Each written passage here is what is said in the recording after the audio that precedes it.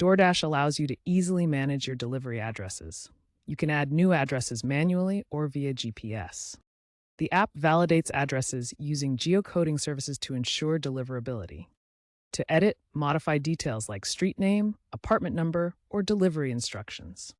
Setting a default address marks one as primary for automatic selection during orders. Open the app and go to Account Addresses to manage these settings. Accurate addresses are crucial for successful deliveries, with a 98% success rate compared to 85% for incomplete addresses. The app supports up to 10 saved addresses, automatically synced across devices.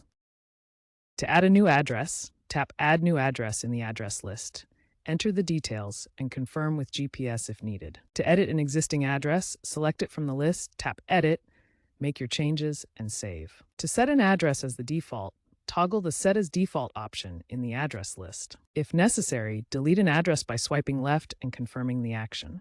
DoorDash uses APIs for address verification, limits delivery instructions to 500 characters, employs AI for predictive corrections, and offers cross-platform syncing for convenience.